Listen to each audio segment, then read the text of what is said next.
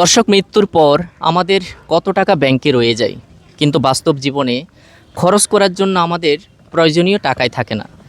দর্শক, কিছুদিন আগে একজন ধনকুবের লোক মারা যায়, হঠাৎ করে মারা যায়, অনেক টাকার মালিক।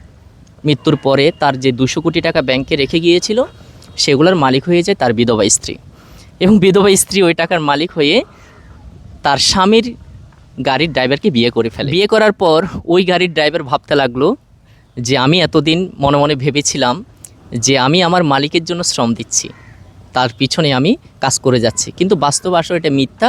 বরং আমার মালিকই আমার জন্য, আমার ভবিষ্যৎকে রেডি করার জন্য তিনি সারা জীবন শ্রম দিয়ে গেছেন। তবে নিরেট সত্য যেটা, সেটা হলো আসলে আমরা বেশিরভাগ সময় আমাদের জীবনে টাকা পয়সা ইনকাম করতে করতে এমন একটা অবস্থা হয়, আমরা আমাদের শরীর দিকে খেয়াল করি না, বরং শরীরের সুস্থতা, অধিক দিন বেঁচে থাকার জন্য আমাদের প্রয়াস করা উচিত এবং সৎ পথে অধিক জীবন বেঁচে থাকার জন্য চেষ্টা করা উচিত।